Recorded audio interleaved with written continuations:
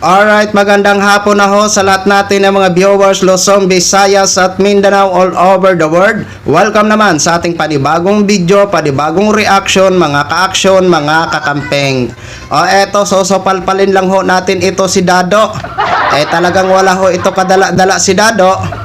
Kahit na nababalitaan niya na naaresto na ang kapwa niya DDS na si Jason sa dahil sa kasinungalingan na pinagkakalat sa social media. Eto ho si Dado, talagang wala ho itong kadala-dala kung ano-ano naman na pagdududa sa pagkatao ni Pangulong Bongbong Marcos ang sinasabi ni Dado.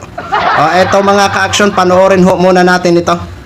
Yung totoong BBM, si Bangag, ayan o. 5-5 versus yung 5-7 and 1/2. Ibig sabihin, yung hospital si BBM, pumasok sa hospital, siguro, binatak na ganyan yan, ano? Binatak Dumagdag ng 2.5 inches. Kasing tangkad na.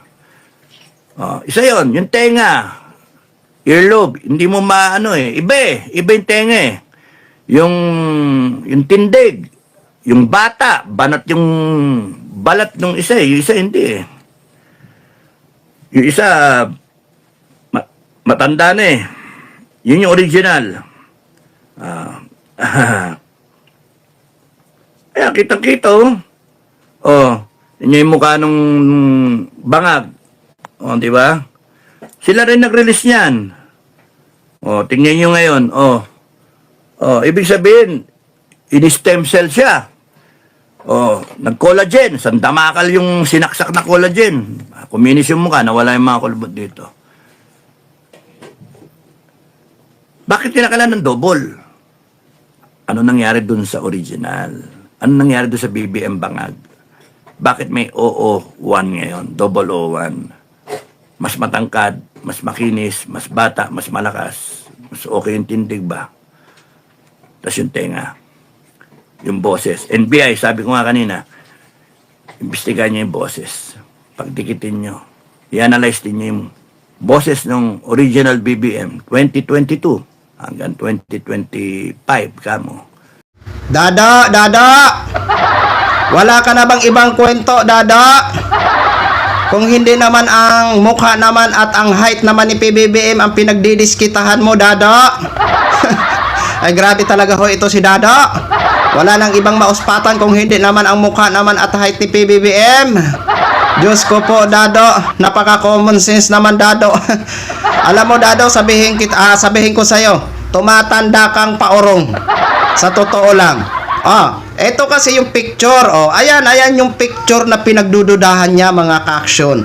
Kasi ayon sa kanya, kuminis daw ang mukha ni Pangulong Bongbong Marcos. Kumbaga nag-blooming ang mukha ni Pangulong Bongbong Marcos. At tumaas daw ang height ni Pangulong Bongbong Marcos kaysa kay Isko Moreno. Bakit, Dado? Wala na bang karapatan na mag-blooming ang mukha ni Pangulong Bongbong Marcos? Ako nga ho kung nakakatulog ho ako ng maayos at wala ho akong iniisip, di ba? Kinabukasan paggising ko, pagkatapos ko maligo, blooming na blooming ho ang mukha ko. Pero kung stress ang mukha ko at hindi nakakatulog ng maayos, kinabukasan parang kinurumos ng kumpol ang mukha ko. Diba? Common sense naman, Dado, kung kwini-question nyo po ang height ni Pangulong Bongbong Marcos. Diba? Kasi alam naman ho natin na ito si Pangulong Bongbong Marcos, kung hindi ho ako nagkakamali, correct me if I'm wrong, ang height nito is nasa 5'5". Itong height naman ni Isko Moreno, kung hindi rin ako nagkakamali, correct me if I'm wrong, nasa 5'7". Ngayon, kuni-question niya, bakit daw tumaas ito si Pangulong Bongbong Marcos dito kay Isko Moreno? Ay kung hindi ka ba naman sandimakmak na syunga-syunga?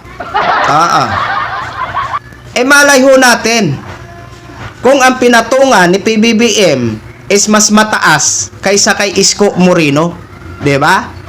Kung halimbawa 2 inch ang lamang ni Isko sa height kay PBBM, paano naman kung kung nakapatong ho ito si Pangulong Bongbong Marcos sa 4 inch? Siyempre, tataas ho siya kay Isko kasi nasa baba lang si Isko. Oh, 'di ba? Common sense, Dado.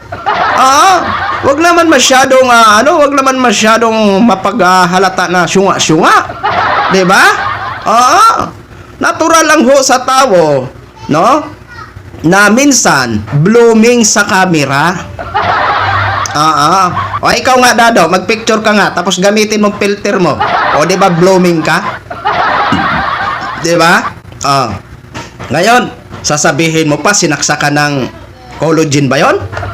Kung ano-ano na lang ang mga ginagawa-gawang kwento, Maria Jose. Oo. So ano pa lang nakikita namin diyan na namimigay ng bigas si Pangulong Bongbong Marcos sa Manila, sa Jinsan, sa Batangas at sa iba pang mga lugar. Pumunta pa ng Benguet. Oo, namili ng gulay. So ibig sabihin pala, impostor yan? Ginagawa mo naman kami dadong tanga dito. Diba? Wala ka lang maikwento kundi gumawa-gawa ka naman ng kwento. Alam mo, Dado, tigil-tigilan mo na yan, Dado. Kainggitan nyo na lang yan sa Pangulo, Diyos ko. Oo. Di ba? Ano na lang kaya kung magkaisa na lang tayo tulungan ang gobyernong ito. Dahil kung gusto nyo na maging presidente yan si Sara, hintayin nyo ang 2028 kung hindi mo siya ma-impeach. Di ba? Hindi yung kung ano-ano na mga pagdududa, Sus Maria Josep. Kulang pa ba yung pinapakita na ni Pangulong Bongbong Marcos na halos kasing lakas pa yan ng kalabaw? Di ba? So, ibig sabihin, mga kaaksyon, mga kakamping, mga loyalista, impostor pa lang nakikita nating Pangulong Bongbong Marcos na namimigay ng mga ayuda, yung biyayang bigas. Di ba? Kalukuhan naman ito ni Dado, puro lang kwento, puro lang gawa-gawa ng kwento. May masabi lang sa kanyang mga vlog. Sus Maria Josep, Dado, ewan ko na lang sa'yo. Dado, bawas-bawasan mo naman yung kainggitiro mo. O, yun lang ho, mga ka-aksyon, mga kakamping, no. Gin-share ko lang ho sa inyo yan. Maraming salamat po sa lahat natin ng mga viewers, Luzon, Visayas, at Mindanao all over the world. Ako po, ang inyong lingkod, si The Action Man. Have a good day, everyone.